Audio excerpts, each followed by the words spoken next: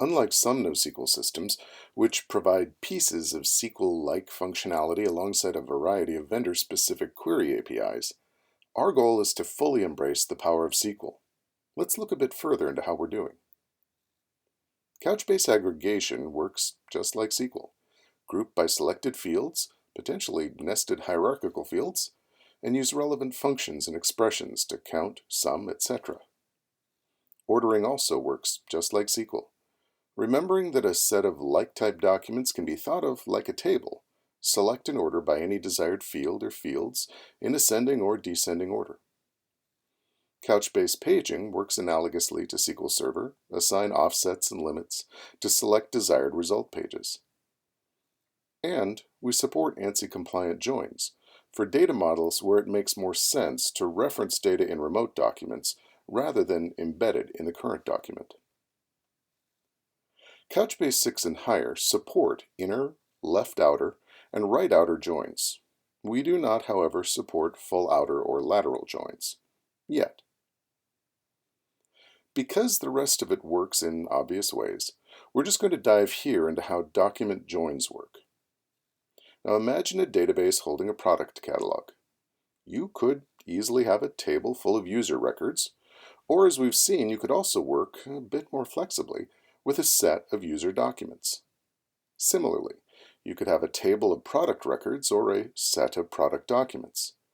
The main difference in these approaches, at least once you get past the novelty involved, is the inherent flexibility of JSON documents and their agility to evolve in alignment with a software object model. These documents, though, are all most likely sitting in a common bucket, having only the fields you give them, including any types you may choose to assign.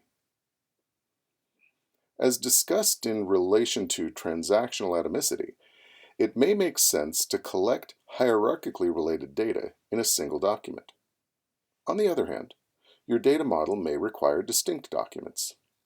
If you happen to have a field of data in one type of document on your theoretical left, which relates to data in a field of another type of document on your theoretical right, then you can join across this relationship.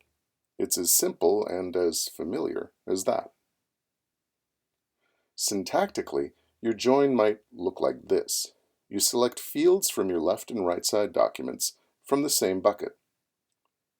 In order to access different documents from that same bucket, you alias for the left, and then join the same bucket on the right on the left and right side fields holding related values. Then you at least filter by the right side type. In practice, it might look like this. Again, the from and join identify the two document sets to be joined from within the bucket. Alias your theoretical left in the from clause, and alias your theoretical right in the join clause. Your on clause defines the relationship of the left and right side fields with matchable values. Generally, you will add an and clause after the on to filter the right side by its type, remembering, again, that documents of the same type are the conceptual equivalent in Couchbase of a table. You may then filter further, such as adding a left side type filter and any further filters as may be relevant for this query. Now, of course, you'd also configure indexes, not only for your type fields, but for your related and filtering fields as well. Now, of course, there's more to this syntax and the ways that it can be used and tuned, all described in the documentation and in technical articles online. But this is enough to get you started. Let's take a look at a join.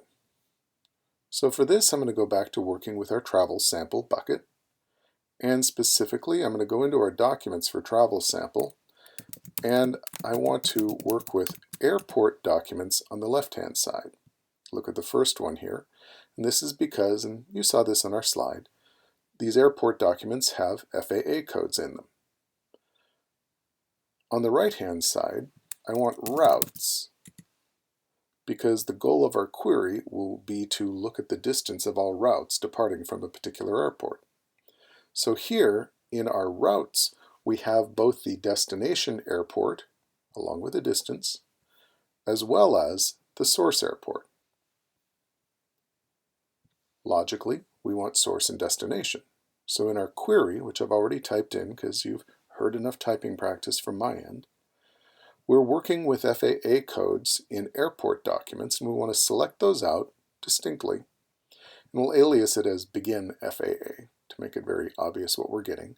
And then we'll grab the destination airport for a particular route, call that our end FAA, and then we'll take the distance of the route and round it off to 2 decimal points as distance.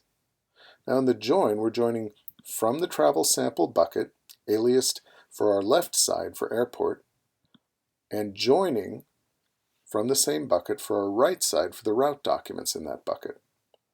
And in our on clause, we say which fields are related, the FAA codes for our airport documents and the source airport for our route document. Now we'll then filter for our right-hand document type, route. And in this case, we're going to filter also for our left-hand side type. And then add some additional filters specific to this query, city and country. Now all of this kind of assumes you're going with our recommended design pattern of document typing. There'd be a lot of other ways, as you can begin to imagine here, of using this that wouldn't necessarily be tied in to types in the way that we're showing. But it's a good way to get going with it.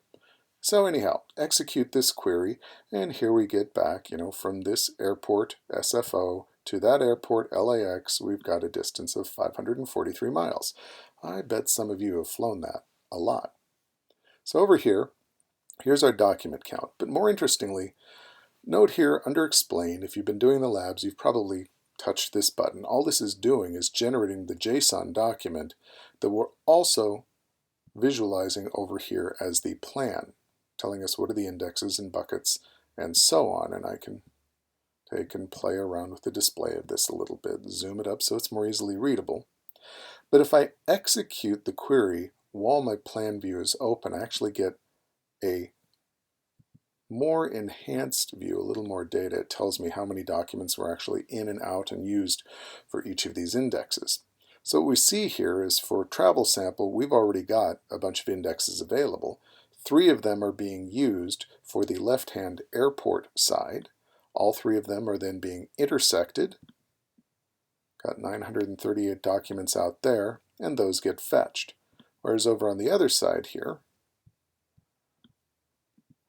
we have our source airport index, getting 249 documents out of that. We have this other index for routes, def routes, source, and the destination day. That's being distinct and intersected. Fetch those, and then the documents fetched from either side run through a nested loop join here.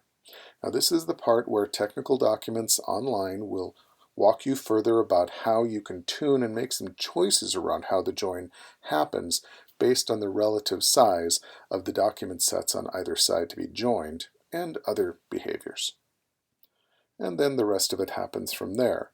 There's filter, projection of the results, another distinct run across those, and we end up streaming, as we see, 104 documents out.